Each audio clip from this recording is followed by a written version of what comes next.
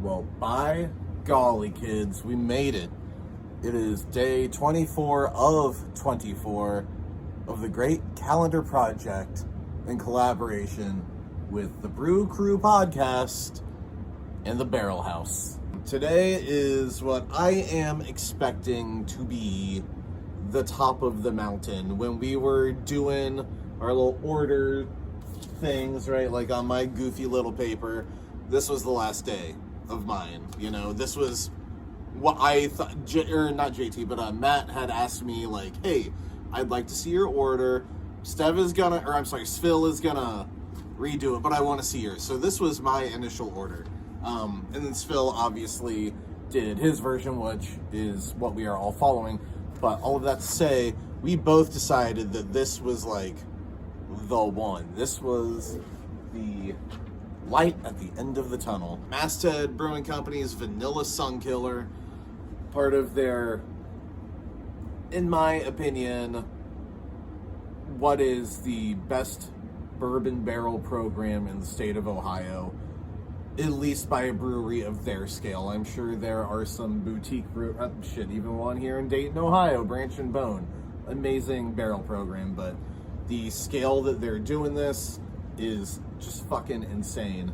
14.9% bourbon barrel aged Imperial Stout, aged in Blanton's, Stag Junior, and Weller bourbon barrels, finished with Ugandan, Tasmanian, and Sumatran vanilla beans. So triple the barrel, triple the bean, triple the fun. This is a big one. They have a release party at the brewery for this called Sunkiller Day. And we were lucky enough. So normally, you know, we have an incredible relationship with Masthead. We love them. They seem to like us okay. Normally we get 12 cans of this and that's it. And by this, I mean like limited release things from them. This is like a super hyper limited release from them, right?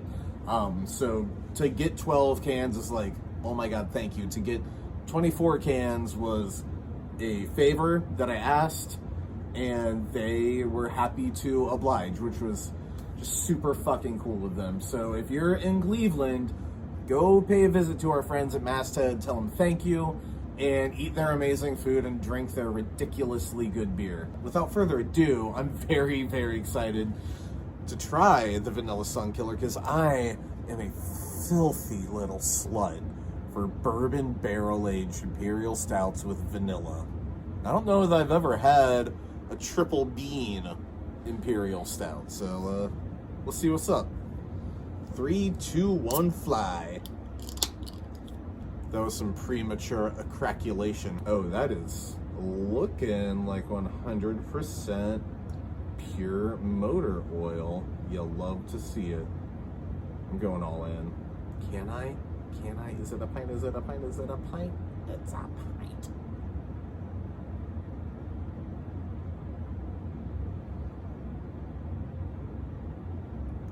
Let's go. See how ridiculously full that is? That's what happens when you have 16-ounce glass. The glasses that the Barrel House uses are 17-ounce glasses, so you can get the full beer in there and have room for a nice little bit of head, and you don't have to do the fucking water dance. It smells so good. Listen.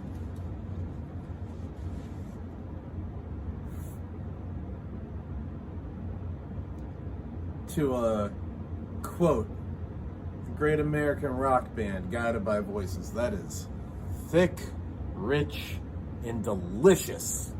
So on the nose there is a swirling medley of chocolate notes, bourbon notes. I get caramel, maybe a little bit of coffee, some toffee, and vanilla. Not an overbearing amount of vanilla, but enough to let you know that it's there. And it's loud. And this thing's fucking cold. This came out of the fridge like maybe 5 minutes ago. BRB, I'm just gonna smell this for the next 2 hours. Very full-bodied. Not necessarily hiding that booze. I mean, this is a burly one. It's 15% and it tastes like it is 15%. I mean, it is sticky sweet. It's like drying out and sticking to my lips. Like she is a thick daddy, but it's creamy. That vanilla doesn't add just like vanilla flavor. It adds this really beautiful, soft, pillowy body. It's thick and it's hearty and it sticks to your ribs. And it doesn't just have legs, it's got fucking tree trunks, man. That is I don't know if you can see that in there, but like, by golly, it's just like strands of alcohol. Shout out to maybe the most metal name in craft beer, Sunkiller. Sounds like a band that I'd see at Dark Lord Day. Amon Amarth, High on Fire, and Sunkiller. This is one of those beers that, like, I think right now it's drinking just fantastically. I think, and I'm obviously somebody who enjoys aging beer. However, I think with yesterday's beer with the Rheingeist, we maybe flew a little too close to the sun. But I think that this one, even after 6 months, maybe a year, I wouldn't go more than a year and a half, because that vanilla is delicate, and like when you're aging beer, adjuncts fade out, you know what I mean?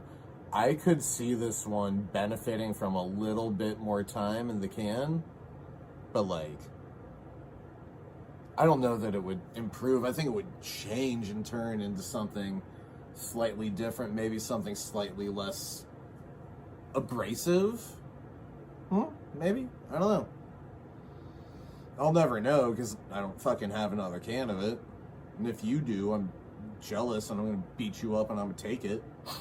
Yeah, as it warms up, or maybe as I warm up, I think the vanilla's coming out a bit more on the nose.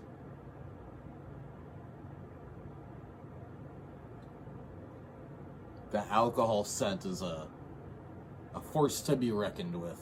Maybe some molasses. I think I'm getting a little bit of molasses on there, some sticky icky. I'm already 10 minutes in. Jesus. I'm not gonna rush myself through this one. That doesn't mean that we can't hang out though. You know what?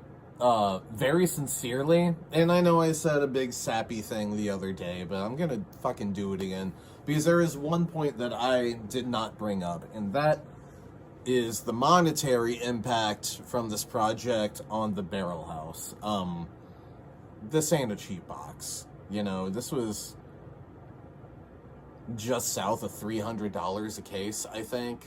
That's huge for us. And Matt had requested that we do 8 shorties in this box, because he knows that, like, on the package stuff on these, like, we make state minimum markup, which is, like, not a ton. For example, state minimum markup on alcohol is 1.25 what we buy it for, right? So if I buy a 6-pack for $8, I can sell it for $10, meaning that the barrel house makes $2 off of a $10 6-pack. Not sustainable numbers if you're not running like super hyper volume on package, and like that's not us. And he knows that. And so he requested that we have 8 shorties. He requested this to take care of the house, which is incredibly kind. I would do the whole fucking thing in just cans, because it's fun, and like that is helpful, right? Sales are helpful, but he knows that the draft sales are really kind of our bread and butter. So thank you, Matt, for that. But more importantly, the impact that this project has, and I think I told this to Matt, this is like our second or third busiest day of 2025, the calendar build day, and that day allowed me to give the entire crew Christmas bonuses this year. So like, by participating in this calendar build project, you assuming that you are also, you know, drinking this beer and have one of these sheets of paper, you helped hook the fucking crew up. You made that a possibility. So, like, sincerely and deeply, from the bottom of my heart, thank you for helping me take care of the crew that takes care of my fucking business and our incredible guests. I am deeply grateful and appreciative. So, cheers to y'all, and cheers to the Brew Crew podcast for being the fucking ringleader of this whole thing. As it warms up, that vanilla, it's getting creamier and creamier. Like, if you can parse away the deep roast and everything, it's giving me like French vanilla ice cream notes. You know, like maybe French vanilla ice cream covered in like chocolate goopy, you know, drippy drip. Think about it. Kids, I think we have scored a home run. Also, it's fucking almost 15% alcohol and it comes in a pint. That's neat. I have gone on too long. I'm down to the punt of the glass on this guy, the Vanilla Sunkiller. Rating 5 out of 5. I mean, it's nothing special for me, you know. I have been glazing a number of these beers, and I think deservedly. But, what a fucking home run of a bourbon barrel-aged Imperial Stout. 3 different fancy-ass barrels, 3 fancy-ass vanillas, and, like, if I didn't know that about this beer, it wouldn't change a damn thing. And it's, that vanilla fucking pops. Like, the warmer it gets, the more that the vanilla comes out and the alcohol burn, like, declines, you know?